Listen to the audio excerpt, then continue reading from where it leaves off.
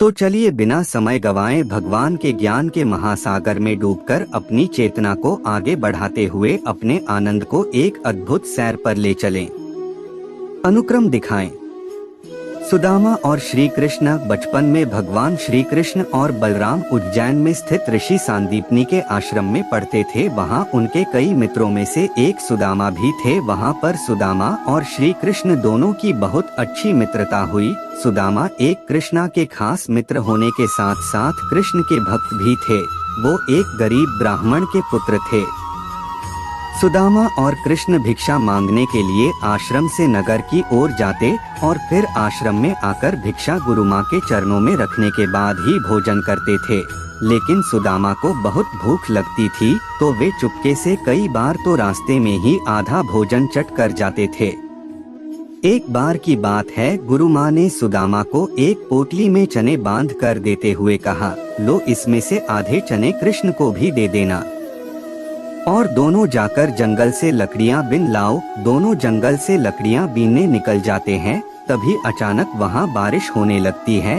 तभी दोनों एक शेर को देखकर उसे भयभीत होकर पेड़ पर चढ़ जाते हैं। फिर सुदामा उस पोटली में से चेन निकालकर खान लग जाता है। इतने में कृष्ण को खाने के की आवाज आती है। कृष्ण ने कहा, अरे ये कट कट की कैसी आवाज आ रही है?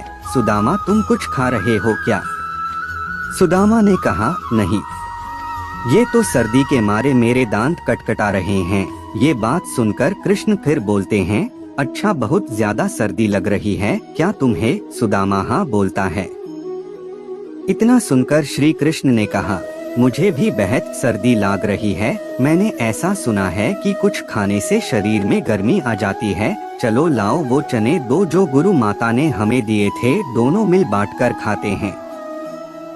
सुदामा बोलते हुए, अरे कृष्ण चने कहाँ हैं? वो तो पेड़ पर चढ़ते समय मेरे हाथ से कीचड़ में गिर गए।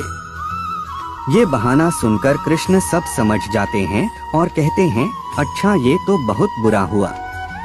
ये कहते हुए नीचे की डाल पर बैठे भगवान श्री कृष्ण अपने चमत्कार से हाथों में चने ले जाते हैं और ऊपर चढ़कर सुदामा को देकर कहते हैं, पेड़ पर फल तो नहीं है लेकिन मेरे पास ये चने जरूर हैं। तभी सुदामा ने कृष्ण से पूछा, यह तुम्हारे पास कहाँ से आए?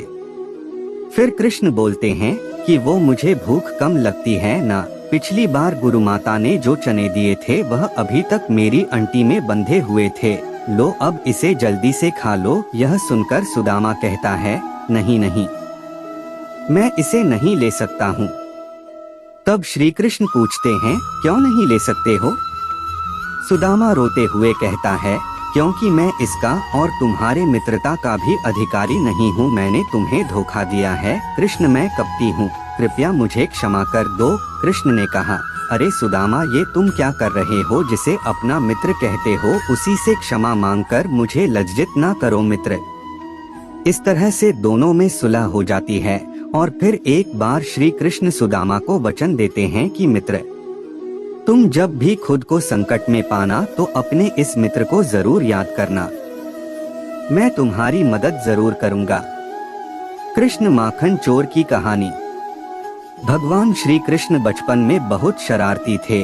उन्होंने अपने बाल्यपन में कई बार माखन की चोरी की है। कभी गोपियों की मटकी फाड़ दिया करते थे तो कभी बछड़ों को गायों का पूरा दूध पिला देते थे। गोकुल की गोपियां चाहकर भी प्यारे से नटखट कृष्ण को डांट नहीं पाती थीं, क्योंकि उनकी शरारतों को देखकर उन्हें दुलारने का मन करता था। कान्हा ने ऐसी ही लीलाओं से माखन भी चोरी की थी। ये तो सभी जानते हैं कि कान्हा को माखन कितना प्रिय था। अपने लल्ला को माता यशोदा जितना माखन देती वो उनके लिए कम पड़ जाता। इसलिए मैया जहाँ भी माखन रखती कान्हा की नजर वही रहती। मैया के हटते ही कृष्ण चुपके से गांव के सारे बच्चों के साथ मिलकर सारा माखन खा जाते थे। ऐसा कई दिनों से चल रहा। यशोदा मैया को कुछ समझा नहीं आ रहा था कि माखन जा कहाँ रहा है। उन्हें कुछ तरकीब सूझी। एक दिन मैया ने चुपके से माखन से भरे छोटे छोटे घड़ों को रस्सी के सहारे ऊपर टांग दिया। लेकिन कृष्ण की नजरों से क्या छुप सकता है। उन्होंने मैया को माखन रखते हुए देख लिया।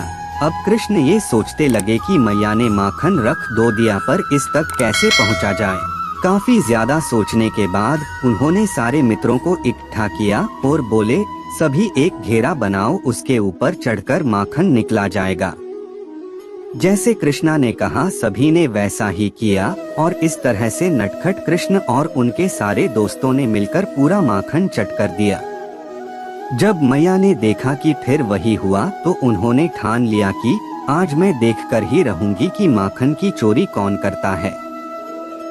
इतना कहकर वह माखन को मटकी में रखकर ऊपर टांग देती हैं और छुपकर देखने लगी। कुछ ही देर में कान्हा अपने दोस्तों के साथ वहां पहुंच जाता है।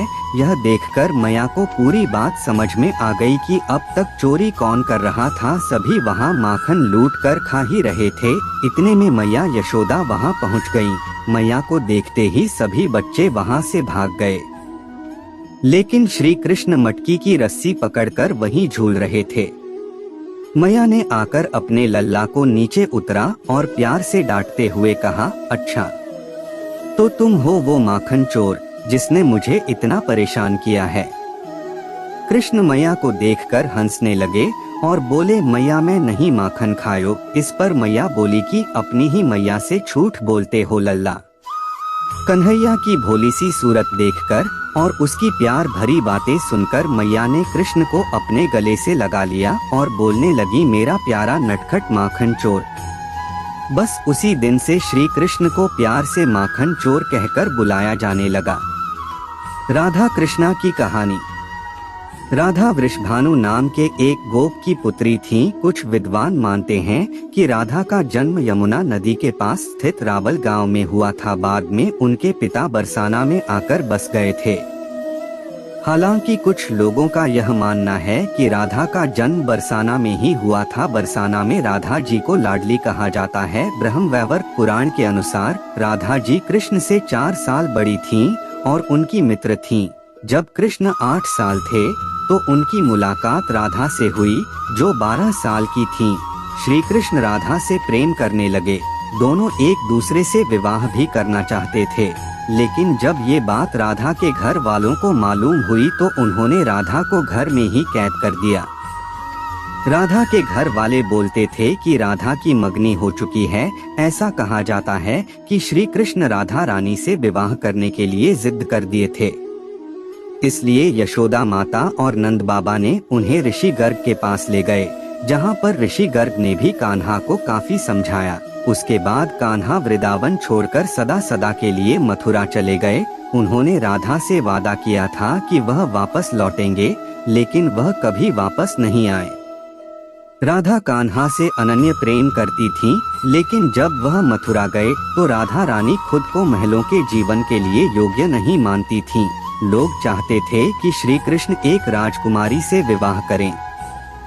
इसलिए राधा ने श्री कृष्ण से विवाह न करने की ठान ली और बाद में उन्हें ऐसा एहसास हुआ कि श्री कृष्ण भगवान का अवतार हैं, तो राधा खुद को भक्त मानने लगी थीं। राधा श्री कृष्ण की भक्ति में लीन रहने लगी थीं और वह अपने भगवान से विवाह नहीं कर सकती थीं। कृष्ण की बांसुरी की कहानी। ऐसा कहा जाता है कि जब भगवान शिवजी बाल्यापन में कृष्ण को देखने आए तो उन्होंने ऋषि दधीची की हड्डी को घिसकर एक सुंदर एवं मनोहर बांसुरी का निर्माण किया था। जब शिवजी भगवान श्री कृष्ण से मिलने गोकुल पहुँचे तो उन्होंने श्री कृष्ण को भेंट स्वरूप वह बांसुरी प्रदान की थी और उन्होंने आशीर्वाद भी दिया। तभी से भगवान श्री कृष्ण उस बांसुरी को अपने पास रखते हैं। उसके बाद से वह अपने राधा रानी के साथ एवं अपनी गोपियों के साथ हर रास में बांसुरी बजाया करते थे। जब भी वो गैया चराने जाते थे तब सारे सखा और सखियां कृष्ण के साथ उनकी बांसुरी की मधुर वाणी का आनंद उठाते और बांसुरी की मधुर धुन में लीन हो जाते।